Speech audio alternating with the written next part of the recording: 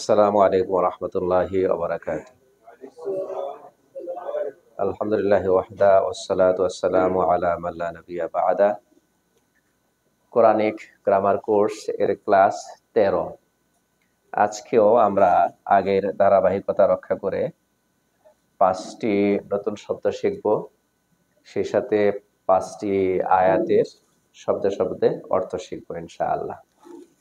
তো আজকের প্রথম শব্দ 56 নম্বর শব্দ আজিজুন। আজিজুন এর মূল হরফ হচ্ছে হাইন জা। জা জা কয়টা? দুইটা। এর অর্থ হচ্ছে পরাক্রমশালী। পরাক্রমশালী মানে যাকে কেউ ঠেকাতে পরাস্ত করতে পারে না, সর্বশক্তিমান। বন্ধনের ভেতরে আছে আল্লাহর গুণবাচক নাম আজিজ। আল্লাহ তাআলার কোরআনে উল্লেখিত 99টি নামের মধ্যে একটি আজিজুন। আল্লাহ তাআলার কোরআনে উল্লেখিত 99 নামের একটি আজিজুন। মূল হরফ কি? আইন জা জা। এখান থেকে একটি পরিচিত শব্দ আমাদের ইজ্জত। কোরআনের শব্দ এটা ইজ্জত, আমরা বাংলাতে ব্যবহার করি ইজ্জত, সম্মান না? তো ইজ্জত এর ভেতরে শক্তি সম্পর্ক আছে। একজন ইজ্জতওয়ালা মানুষ মানে শক্তিমান মানুষ, প্রভাবশালী মানুষ। যে কোনো দিক থেকে কেউ যদি কি হয়, ইজ্জতের অধিকারী হয়, এর মানে সাথে সাথে উনি প্রভাব এবং শক্তিরও অধিকারী হয়েছে, ঠিক না? এটা স্বাভাবিকভাবেই দেখবেন যে মানুষটা যত বেশি প্রভাবশালী এর মানে তত বেশি সম্মানী। সম্মানী বলেই প্রভাবশালী, এরকমই হয় সাধারণত। ওয়াশ-শামসু তাজরি লিমুস্তাকাররিন লাহা যালিকা তাকদীরুল আজিজুল হালিম। কোরআনে কারীম থেকে সূরা ইয়াসিনের 38 নম্বর আয়াতকে এর উদাহরণ হিসেবে আনা হয়েছে। আজিজ ব্যবহার হয়েছে কোরআনে কারীমে 101 বার। 101 বার। ওয়াশ-শামসু তাজরি, ওয়া এবং শামস মানে হচ্ছে সূর্য। শামস মানে কি? সূর্য। আমাদের দেশে অনেকের নাম থাকে, শামসুল ইসলাম, শামসুল হক, আছে না নাই? তাহলে আজকে অর্থ জেনে ফেললেন না? শামসুল ইসলাম অর্থ কি হবে? ইসলামের সূর্য। আর শামসুল হক, হকের সূর্য। হক মানে সত্য, সত্যের সূর্য। নামটা অবশ্যই ভালো, সুন্দর আর কি, ইসলামী নাম। তবে আমাদের যেভাবে বলা হয় এটা ঠিক নেই, বলে শামসুল। শামসুল কোনো শব্দ নেই। শামস এক শব্দ আর আল ইসলাম আর এক শব্দ, মিলিয়ে পড়লে কি হয়? শামসুল ইসলাম। এই লটা বা লামটা তো আল ইসলামের। এখন ইসলাম উচ্চারণ করতে চাই না, শুধু কি রাখতে চাই? ওই নামটা শুধু রাখতে চাই। এর মানে পরবর্তী শব্দে শুধু শুরুর দুইটা হরফ রাখতে চাই। এটা আমাদের উচ্চারণের ভুল। হয় শামস বলার দরকার, অথবা কি শামসুল ইসলাম বলার দরকার। হয় শামস অথবা শামসুল হক, এভাবে। এরকম আরো নাম আছে যেগুলোর মধ্যে যে শেষে ল দেখবেন, এগুলো বেশিরভাগ এই টাইপের। হ্যাঁ, কামরুল হক, এটা পুরাটাই ভুল। এটা আছে কামারুল হক বা কামারুল ইসলাম, কারণ মিমের উপর জবর। কোরআনে আছে না কামার? হ্যাঁ, কোরআনে কামার আছে না নাই? হ্যাঁ, সূরা কামার নামে তো সূরাই আছে। কামার মানে হলো চন্দ্র। ওয়াশ-শামসু তাজরি, সূর্য, তাজরি মানে চলে, পরিভ্রমণ করে, জারি হয়, পরিভ্রমণ করে। লিমুস্তাকাররিন, মুস্তাকার মানে হচ্ছে অবস্থান স্থল, নির্ধারিত অবস্থানের জায়গা। এখানে আমরা গন্তব্য বলতে পারি। সূর্য চলার জন্য তার একটা গন্তব্য আল্লাহ ঠিক করে দিয়েছে, যেটাকে বিজ্ঞানের ভাষায় বলা হয় কক্ষপথ, না? আচ্ছা, লাহা মানে তার জন্য, লাহা, লা মানে জন্য, হা মানে তার। সূর্য ব্যাকরণ অনুযায়ী নারীবাচক শব্দ, যেন লাহা আসছে, নতুবা লাহু হইতো। লাহু মানে তার জন্য, লাহা মানেও তার জন্য। লাহু তার জন্য, লাহা তার জন্য। তবে লাহা হচ্ছে কার জন্য? নারীবাচক। শামসটা ব্যাকরণের ভাষায় নারীবাচক শব্দ। সূর্য পরিভ্রমণ করে তার নির্দিষ্ট বা নির্ধারিত গন্তব্যে বা গন্তব্যের দিকে। যালিকা তাকদীরুল আজিজিল আলিম। যালিকা মানে ইহা, এই যে সূর্য তার নির্দিষ্ট গন্তব্যে, তার নির্ধারিত পথে সন্তরণ করে, বিচরণ করে, পরিভ্রমণ করে, এটা যালিকা তাকদীর। তাকদীর মানে হচ্ছে নিয়ন্ত্রণ। তাকদীর মানে কি? নিয়ন্ত্রণ। কার নিয়ন্ত্রণ? আল্লাহ আজিজ, পরাক্রমশালীর, আল্লাহ আলিম, মহাজ্ঞানীর। তো যিনি সূর্যকে এইভাবে করে নির্দিষ্ট গন্তব্যে বা নির্দিষ্ট কক্ষপথে এইভাবে পরিচালিত করেন, এই যে এখানে একটা নিয়ন্ত্রণ ব্যবস্থা আছে, এই নিয়ন্ত্রণ ব্যবস্থাটা যিনি করেন তিনি আল্লাহ আজিজ, তিনি আল্লাহ আলিম। ক্ষমতার দিক থেকেও সর্বোচ্চ ক্ষমতার অধিকারী, আবার জ্ঞানের দিক থেকেও সর্বোচ্চ জ্ঞানী, মহাজ্ঞানী। এটা মানুষের জ্ঞান দিয়ে মানুষ কত কিছু বানাইছে না? রেলগাড়ি বানাইছে, রেল লাইনও বানাইছে, মানুষে জ্ঞান দিয়ে বানাইছে না? আচ্ছা, আবার বুদ্ধি দিয়ে নিয়ন্ত্রণ করে না? ক্ষমতা আছে, নিয়ন্ত্রণ করে। এত সুন্দর করে লাইন বানাই দিচ্ছে, তারপরে মাঝে মধ্যে রেলগাড়িটা ড্রাইভার থাকে, তারপরেও লাইন থেকে লাইনচ্যুত হয়ে যায়, হয় কি হয় না? আর বাসগুলো ড্রাইভার আছে, তারপর অনেক সময় দেখা যায় এদের ফুটুচা ডিভাইডার আছে, ওটার উপর উঠে গেছে, দেখেন না আপনারা মাঝে মধ্যে। কিন্তু আল্লাহ তাআলার নিয়ন্ত্রণ কতটা শক্তিশালী ভাবে হয়, যে এত বিশাল সূর্য লাইনচ্যুত হয় না, এত এত গ্রহ নক্ষত্র আছে, সেখানে একটাও কি হয় না? লাইনচ্যুত হয় না। যদি হয়, যে মাঝে মধ্যে বিজ্ঞানীরা বলে একটু কি হইতে পারে, এদিক সেদিক হইতে পারে, আর ইয়ে শোনায় দেয়, সংকেত শোনায় দেয় না, যে হয়ে যেতে পারে, সেই হয়ে যেতে পারে। তো এগুলো কে নিয়ন্ত্রণ করে? মানুষ যেগুলো নিয়ন্ত্রণ করে লাইনচ্যুত হয়। তাহলে বোঝা গেল ওখানে আরো ক্ষমতার অধিকারী কেউ আছে। মানুষের ক্ষমতা কতদূর আছে? যালিকা তাকদীরুল আজিজিল হালিম। এই আয়াত পড়ার সময় যদি এই কথা মনে মনে চিন্তা করা হয়, যে আল্লাহ আপনি এত কিছু নিয়ন্ত্রণ করেন, সবকিছু আপনার নিয়ন্ত্রণে ঠিক ভাবে চলতেছে, আল্লাহ আমাকেও ঠিক ভাবে চলার তৌফিক দেন না, আমাকেও আপনি নিয়ন্ত্রণ করেন, আমাকে আমার হাতে ছেড়ে দিয়েন না, আমার নিয়ন্ত্রণে আমাকে ছেড়ে দিয়েন না। তো এই আয়াত পড়ার সময় দিলের মধ্যে যদি এই কথাগুলো আসে, তাহলে অনেক উচ্চাঙ্গের কথা না? এবং হাদিস শরীফের মধ্যে এইভাবে দোয়া আসছে তো, ইয়া হাইয়্যু ইয়া কাইয়্যুমু বিরহমাতিকা আস্তাগীথু আসলিহ লি শানি কুল্লাহ ওয়ালা তাকিলনি ইলা নাফসি তারফাতা আইন। হে চিরঞ্জীব, হে মহা ব্যবস্থাপক, সবকিছুর ব্যবস্থাপনা যিনি করেন, বিরহমাতিকা আস্তাগীথু, আপনার দয়ার দ্বারা আপনার সাহায্য চাচ্ছি, আপনার দয়ায় আমার প্রতি সাহায্য করেন, আমার কোনো কোনো কিছুর বিনিময় না, আমার তরফ থেকে আপনার দয়া, আমাকে আপনি সাহায্য করেন, আপনার সাহায্য চাচ্ছি। আসলিহ লি শানি কুল্লাহ, আমার সব বিষয়গুলো আপনি ঠিক করে দেন, এলোমেলো আপনি ঠিক করে দেন। ওয়ালা তাকিলনি ইলা নাফসি তরফাতা আইনিন, আমাকে এক মুহূর্তের জন্য আমার হাতে ছেড়ে দিয়েন না, আমার নিয়ন্ত্রণ আমার হাতে এক মুহূর্তের জন্য ছেড়ে দিয়েন না। কত উচ্চাঙ্গের দোয়া নবীজি শিখিয়েছেন। এই আরবি শিখতেছেন, কোরআন পড়ার তর্জমা শিখতেছেন, এগুলোর একটা বেনিফিট এইভাবে নিবেন, ওই রাসূলের হাদিসগুলো শিখবেন সাল্লাল্লাহু আলাইহি ওয়াসাল্লাম, এবং কিছুটা অর্থ বুঝে আসবে, তো তখন দেখবেন যে এখানে অনেক কিছু আছে, দিল দিয়া পড়তে পারবেন, মন দিয়া পড়তে পারবেন। কিছুটা আরবি বুঝলে এটা সম্ভব, নতুবা সম্ভব না।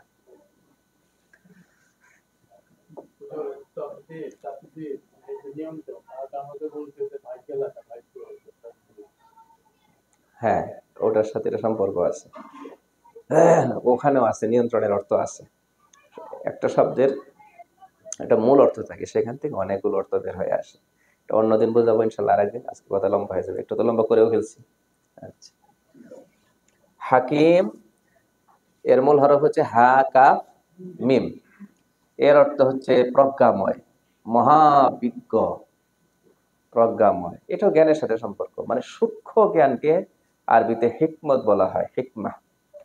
ওই জ্ঞানের অধিকারী, সূক্ষ্ম জ্ঞানের অধিকারী যিনি, তাকে বলা হয় হাকিম। তাকে বলা হয় কি? হাকিম। সবচেয়ে বেশি সূক্ষ্ম জ্ঞান, সূক্ষ্ম কথা, সূক্ষ্ম বিষয় বুঝেন কে? আল্লাহ। সবগুলো আল্লাহই বুঝেন। হ্যাঁ, আমরা অনেক সময় মোটা কথাগুলো বুঝি, সূক্ষ্ম হয়ে গেলে আর বুঝি না, এরকম না? কথা বলেন না? হুজুর আজকে যে ডিপলি কথাগুলো বলছে, এগুলো তো সবাই বুঝবে না। হ্যাঁ, অনেক গভীরে কথা বলে হয়েছে, সবাই তো বুঝবে না এগুলো, অনেক সময় হয় না এরকম? এর মানে কি, এটা বোঝার জন্য শ্রেণী আছে। তাহলে যিনি বুঝান তাদের মধ্যেও কি আছে? শ্রেণী আছে, ঠিক না? তো সব,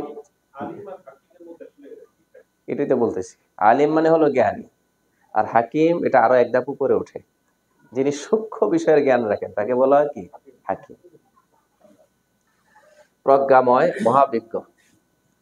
সাব্বাহা লিল্লাহি মা ফিস সামাওয়াতি ওয়া মা ফিল আরদ ওয়া হুয়াল আজিজুল হাকিম। এখানেও ওই আজিজ শব্দটা আসছে। এক আয়াতে হয়ে যেত, কিন্তু আমরা দুইটা আয়াত জানলাম, এজন্য আবার আনা হয়েছে। সাব্বাহা তাসবিহ পাঠ করে, সাব্বাহা তাসবিহ পাঠ করে বা পবিত্রতা বর্ণনা করে। লিল্লাহি কার জন্য? আল্লাহর জন্য। মা ফিস সামাওয়াত ওয়া মা ফিল আরদ, মা মানে যা কিছু, মা মানে যা কিছু, ফি মানে মধ্যে, আস সামাওয়াত আকাশ সমূহে। তাসবিহ পাঠ করে আল্লাহর জন্য যা কিছু রয়েছে আকাশ সমূহে, ওয়া মা ফিল আরদ এবং যা কিছু রয়েছে ফিল আরদ কোথায়? পৃথিবীতে। এখানে এই আয়াতে বলা হয়েছে আসমানে যা আছে এবং জমিনে যা আছে সেগুলো আল্লাহ তাসবিহ পাঠ করে, কিন্তু অন্য আয়াতে আল্লাহ তাআলা বলেছেন খুদ আসমানগুলো আল্লাহ তাসবিহ পাঠ করে। ইউসাব্বিহু লাহুস সামাওয়াতু সাবউ ওয়াল আরদু ওয়া মান ফিহিন্না, সাত আকাশ আল্লাহর তাসবিহ পাঠ করে, জমিন মানে পৃথিবী আল্লাহর তাসবিহ পাঠ করে, এবং এই সাত আকাশে জমিনে যারা আছে তারা পাঠ করে। সেখানে আরো করা হয়েছে, পরের কথা হলো ওয়া ইম মিন শাইইন ইল্লা ইউসাব্বিহু বিহামদিহি, এমন কোন বস্তু নাই ছোট থেকে ছোট, সাধারণ থেকে সাধারণ, যেটা আল্লাহ তাআলা তাসবিহ পাঠ করে না। এরপরে বলে আমরা তো শুনি না, সেটা আল্লাহ বলে দিয়েছেন ওয়ালাকিন লা তাফকাহুনা তাসবিহাহুম, কিন্তু তোমরা তাদের তাদের তাসবিহ শুনতে পাও না, বুঝতে পাও না। সবগুলো কি করে? তাসবিহ পাঠ করে। আজকাল বিজ্ঞান বলছে যেগুলোকে আমরা জড় বস্তু বলি সেগুলোর মধ্যে একটা জীবন্ত সত্তা আছে, বিজ্ঞান এখন স্বীকার করতে বাধ্য। তো কোরআন যা বলছে, বিজ্ঞান স্বীকার করুক আর না করুক, আমরা বিশ্বাস করবো কোরআনে যা বলছে সেটা কি সত্য। তো এগুলো বলে বলে আল্লাহ তাআলা আমাদেরকে উদ্বুদ্ধ করছেন আমরাও যেন তাসবিহ পাঠকারী হই, আমরাও যেন কি হই? তাসবিহ পাঠকারী হই। সাব্বাহা লিল্লাহি মা ফিস সামাওয়াতি ওয়া মা ফিল আরদ ওয়া হুয়াল আজিজুল হাকিম। ওয়া এবং হুয়া মানে তিনি, আল আজিজ পরাক্রমশালী, আল হাকিম প্রজ্ঞাময়।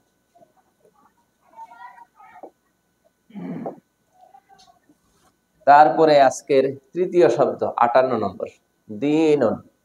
দিন, দিন মানে হচ্ছে, দিন বলতে আমরা বুঝি ইসলাম ধর্ম, বিচার আসে আবার, ধর্ম এবং বিচার দুইটাই আসে অর্থে। কি আসে? ধর্ম এবং বিচার। বিচারের তরজমাটা আমরা সূরা ফাতিহাতে শিখেছিলাম না? মালিকি ইয়াউমিদ্দিন, ওখানে দিন মানে হচ্ছে বিচার, ইয়াউমিদ্দিন বিচারের দিন, বিচারের দিবস। মালিক ইয়াউমিদ্দিন বিচার দিবসের মালিক। এই দিন কোরআনে কারিমে আসছে কতবার? 92 বার। কতবার? 92 বার। এখানে যে আয়াতটা আনা হয়েছে সূরা আলে ইমরানের 85 নম্বর আয়াত, এই আয়াতের অর্থ মুখস্থ রাখা কমসে কম সবার জন্য ফরজ। কি বলছি? এই ফিতনার যুগে, বর্তমান যুগে এই আয়াতের অর্থ মুখস্থ রাখাটা সবার জন্য কি? ফরজ। ঈমান বাঁচানোর জন্য। ঈমান বাঁচানো ফরজ কিনা? ঈমান বাঁচানো ফরজ তো। ঈমান বাঁচানোর জন্য এই আয়াতের অর্থ জানাটা, বাংলাটা কমসে কম মনে রাখাটা ফরজ, কারণ এর বিপরীত বক্তব্য আছে সমাজে। এই আয়াতের বক্তব্যের বিপরীত বক্তব্য আছে সমাজে, এই জন্য এটা শেখা ফরজ। আগে আয়াতের অর্থটা দেখেন। ওয়া এবং, মান যে, যে বা যিনি, ব্যক্তি বলতে পারি, যে ব্যক্তি। ইয়াবতাগি, ইয়াবতাগি মানে অন্বেষণ করে, ইয়াবতাগি মানে অন্বেষণ করে। গায়ের মানে ব্যতীত, গায়ের মানে ব্যতীত। আল ইসলাম, ইসলাম। গায়ের আল ইসলাম, ইসলাম ব্যতীত। যে ব্যক্তি অন্বেষণ করে ইসলাম ব্যতীত বা অবলম্বন করে ইসলাম ব্যতীত, দীনান, এই দিন আসছে ধর্ম, কোন ধর্ম, দীনান কোন ধর্ম, ইসলাম ব্যতীত কোন ধর্ম যে অবলম্বন করে, ফালান ইউকবালা মিনহু, ফা আগের কথার ফলাফল, লান কখনো না, লান কখনো না, ইউকবাল কবুল করা হবে, ফালা ইউকবালা কখনো কবুল করা হবে না, মিনহু তার থেকে, তার পক্ষ থেকে।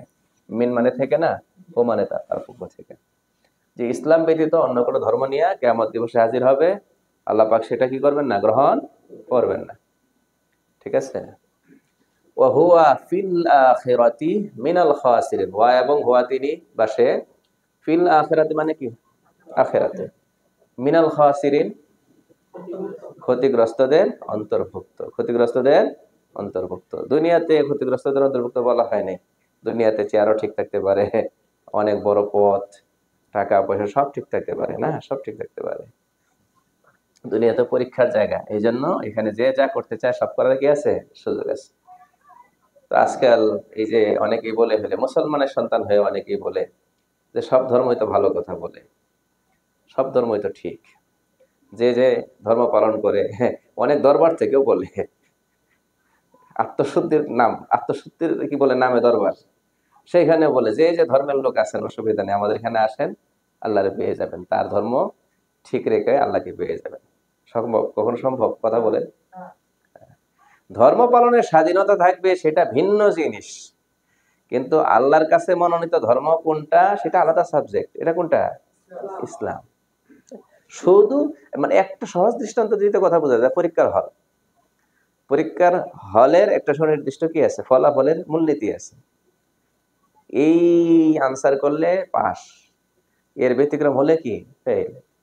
অঙ্ক যদি ফলাফল এই হয় তাহলে পাস, এই ফলাফলের বাইরে কোনো ফলাফল হলে অঙ্ক এটা ভুল।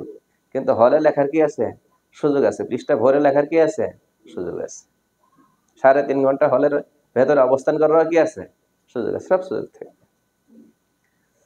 আজকাল রাজনীতি করতে গিয়ে অনেকে ইমান হারায়, অন্য ধর্মের লোকদের উপাসনার জায়গায় বা পূজার জায়গায় গিয়া তাদের বিশ্বাসের কথাগুলো তার মুখ থেকে বের করে, করে না? যেগুলো ওদের বিশ্বাসের কথা তার মুখ থেকে বের করতেছে, ইমান থাকবে কি করে? ওই যে আয়াত একটা পাইছে, নিজেদের মতো করে ব্যাখ্যা করে, কোনটা লাকুম দীনুকুম ওয়ালিয়া দিন, সেটা শুরু থেকে পড়লে আবার ঠিক হয়ে যেত। থেকে বললে সূরার শুরু থেকে বললে আবার কি হইতো, ঠিক হইতো। ওখান থেকে পড়ে না। ওই যে একদল কয় আল্লাহ তো বলছে নামাজ পড়তে তো হবেই না, নামাজের ধারে কাছেও যেতে হবে না। লা তাকরাবুস সালাহ, লা তাকরাবুস সালাহ, লা মানে না, তাকরাবু মানে নিকটবর্তী হইও, লা তাকরাবু নিকটবর্তী হইও না, আসসালাহ মানে নামাজ। এই পর্যন্ত পড়ে থেমে গেছে, আর সামনে পড়ে না।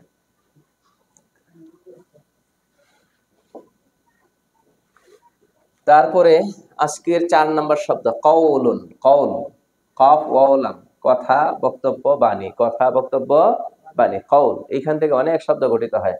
হ্যাঁ, কুল, ক্বালা, ক্বালু, আমরা অনেক জায়গায় পাই না? হ্যাঁ, কথা বলা। তাহলে কওল, কওল, কথা, বক্তব্য, বাণী, কাফ ওয়াও লাম মূল হরফ। কোরআনে কারিমে আসছে 92 বার। কতবার? 92 বার। দেখছেন বারটা নেমে যাইতেছে, 100 নিচে নেমে গেছে। এখানে সূরা বানী ইসরাইলের 23 নম্বর আয়াত আনা হয়েছে। মাশাআল্লাহ, এই আয়াতটা আমাদের সমাজে অনেক আলোচনায় আসে, অনেকের হয়তো অর্থটা জানা আছে। ইম্মা ইয়াবলুগান্না ইনদাকাল কিবারা আহাদুহুমা আও কিলাহুমা ফালা তাকুল লাহুমা উফ ওয়ালা তানহারহুমা ওয়া কুল লাহুমা কাওলান কারীমা। ইম্মা ইয়াবলুগান্না, যদি পৌঁছায়, ইয়াবলুগান্না পৌঁছায়, ইনদাকা, ইনদাকা মানে তোমার কাছে, ইন্দা কাছে, কা মানে তোমার, ইন্দাকা তোমার কাছে, আল কিবার, কিবার মানে হচ্ছে বার্ধক্য, কাফ বা র, এটার মধ্যে বড় হওয়ার অর্থ আছে। তাহলে একেবারে বয়স যত বাড়ে, এর মানে তিনি বয়সের দিক থেকে অনেক বড় হয়েছেন, এই হিসাবে বার্ধক্যের অর্থ আসে এখানে। আল কিবারা বার্ধক্যে, আহাদু হোমা, আহাদ মানে একজন, হোমা মানে তাদের, তাদের দুজনের একজন। তাদের দুজনের একজন বলতে আগে আব্বা আম্মার কথা আছে, আব্বা আম্মার কথা আছে, তাদের দুজনের একজন। আও কিলা হুমা, অথবা উভয়জন, অথবা উভয়জন। এখন আমাদের সমাজে আসলে বড়া হলে একসঙ্গে বড়া হয়, কারণ আমাদের দেশে সাধারণত বেশিরভাগ বিবাহ হয় বয়সের একটা মিল রেখে। কিন্তু আগের দিনে বিশেষ করে বয়সের অনেক ব্যবধানে বিবাহ হইতো। আরব সমাজে বিশেষ করে কোরআন যখন নাজিল হয়েছে, বয়সের অনেক ব্যবধানে বিবাহের ব্যাপার কি ঘটতো। তো এই জন্য দেখা যেতে পারে সন্তানের কাছে বাবা বড় হয়ে গেছে, মা এখনো বুড়ি হয়নি, অথবা উল্টা হইতে পারে।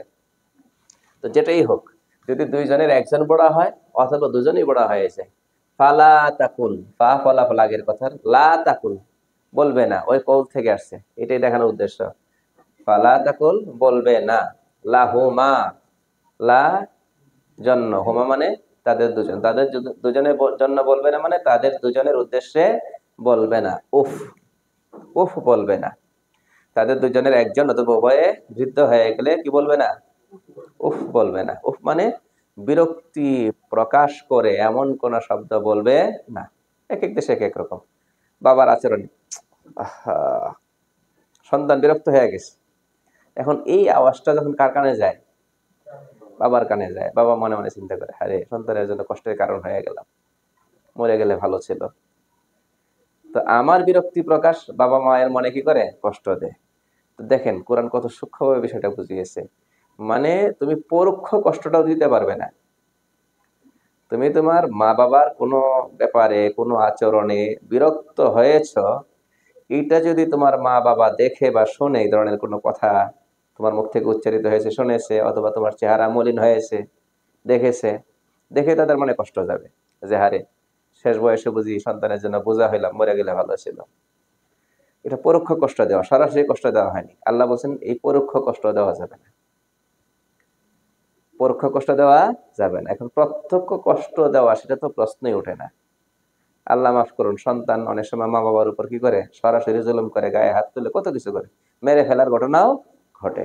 সেটা কত জঘন্যতম কবিরা গুনাহ হবে বোঝাই তো যাচ্ছে। এটা তো কবিরা গুনাহ। কোরআন যেটা নিষেধ করছে সেটা কবিরা গুনাহ না? হ্যাঁ। ওয়ালা তানহারহুমা, ওয়া এবং লা তানহার, ধমক দেবে না, লা না, ওয়ালা তানহারহুমা, তাদেরকে ধমক দেবে না। ওয়াকুল লাহুমা, ওয়াকুল এবং তুমি বলবে, কৌল থেকে কুল, এবং বলবে লাহুমা তাদের উদ্দেশ্যে, কৌলান, ওই কৌল থেকে কৌলান, কারিমা, ভদ্র, সম্মানজনক। কারিম এর অনেক অর্থ হয়, এক অর্থ সম্মানজনক। মা বাবার সঙ্গে সম্মানজনক কথা বলবে, মানে কথা এমন ভাবে বলবে যেন মা বাবার সম্মান বজায় থাকে, মা বাবার সম্মান বজায় থাকে। তারা বৃদ্ধ হোক, যত কিছুই হোক, তাদের সম্মান যেন বজায় থাকে, তাদেরকে উপরে রেখে কথা বলতে হবে। কত সুন্দর হেদায়াত।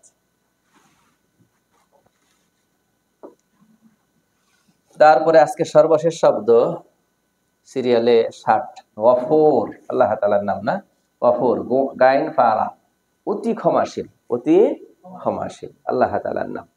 কোরআনে কারিমে 91 বার আসছে।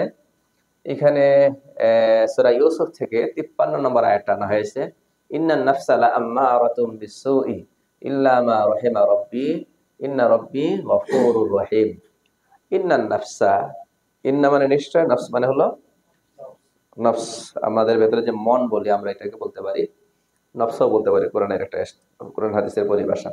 নিশ্চয় নফস বা মন, লা আম্মারাতুন, এই লামটা কথাকে জোরদার করার জন্য, আম্মারাতুনের মূল হরফ হচ্ছে হামজা মিম রা, হামজা মিম রা। আমর মানে আদেশ, পিছনে আপনারা পড়ছেন, আমর বিল মারুফ, সৎ কাজের আদেশ। ওখান থেকে আম্মারাতুন, অনেক বেশি আদেশকারী, অনেক বেশি আদেশকারী।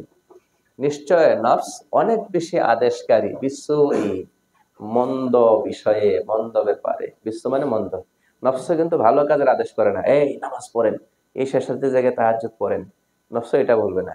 নফস সুতা খুঁজবে কিসের জন্য, দরকার নাই নামাজ পড়ার, ঠিক আছে, এই নানান অজুহাত, যত সব মন্দ কাজের কি দিবে, আদেশ দিবে। এটা কিসে, নফসে। ইন্নান নাফসা লাআম্মারাতুম বিসসু ইল্লা মা রাহিমা রাব্বি, ইল্লা মা রহিমা রব্বি। ইল্লা মানে ব্যতিক্রম, আগের কথার ব্যতিক্রম নাকি, ইল্লা কিন্তু সে নয়, মা এখানে খুব সহজ করে যদি অর্থ করা হয়, এখানে যেটা দেওয়া আছে, কিন্তু সে নয় যার প্রতি রহিমা রহম করেছে রব্বি আমার রব।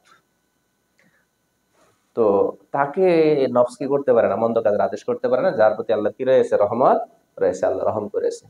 ইন্না রব্বি গফুর রহিম, নিশ্চয় আমার রব গফুর ক্ষমাশীল, রহিম দয়ালু, আমার প্রতিপালক অতি ক্ষমাশীল, পরম দয়ালু। নফস কোরআনের ভাষায় 3 প্রকার। নফস কয় প্রকার? 3 প্রকার। এখানে স্বাভাবিকভাবে আমরা যে নফসটা নিয়ে দুনিয়াতে আসি, এটার কথা বলা হয়েছে, এটা হচ্ছে নফসে আম্মারা। আর এই নফসের পেছনে যদি আমরা একটু মুজাহাদা করি, মেহনত করি লাইনে আনার জন্য, কষ্ট করে আল্লাহর আদেশগুলো পালন করি, আর নিষিদ্ধ বিষয়গুলো থেকে বেঁচে থাকার চেষ্টা করি, তাহলে আস্তে আস্তে নফসের অবস্থা একটু উন্নতির দিকে আসে। তখন তার রুচিতে পরিবর্তন আসে, তখন সেটা হয়ে যায় নফসে লাওয়ামা। কি হয়? লাওয়ামা। লাওয়ামা মানে তিরস্কারকারী। সূরা কিয়ামার মধ্যে তার নাম আসছে। তার মানে এমন একটা পর্যায়ে যায় যে এখন রুচি ঠিক হয়েছে, মোটামুটি ভালো কাজ করলে খুশি হয়, মন্দ কাজ হয়ে গেলে, গুনার কাজ হয়ে গেলে নিজেরা নিজে কি করে, তিরস্কার করে, আর কাজটা কি করলাম। তো ম্যাক্সিমাম দিনদার মানুষ এই লেভেলে থাকে। আর একেবারে আর একটা লেভেল আছে, একবারে উপরের লেভেল, টপ লেভেল, সেটা হচ্ছে ইয়া আইয়াতুহান নাফসুল মুতমাইন্নাহ, নফসে মুতমাইন্নার অধিকারী। এর মানে হচ্ছে এই ভালো কাজগুলো তার স্বভাবের অংশ হয়ে যায়। খাবার যেমন নাকি ভালো খাবার যেমন নাকি আগ্রহ করে খায়, ভালো ভালো ইবাদত গুলো, জিকির গুলো, তেলাওয়াত গুলো এরকম আগ্রহের সাথে করে, ওটা আলাদা একটা লেভেল। এই বিষয়ে আমার একটা আলোচনা আছে, জুমার আলোচনা, আমাদের যে চ্যানেলটা আছে যেখানে এই আলোচনাগুলো, আমাদের ক্লাসগুলো থাকে, সেখানে একটা ইয়ে আছে এই বিষয়ে, নফস ৩ প্রকার শিরোনাম। কারো যদি আগ্রহ থাকে তাহলে পুরো আলোচনা শুনে নিতে পারে, হয়তো 15-20 মিনিটের হতে পারে।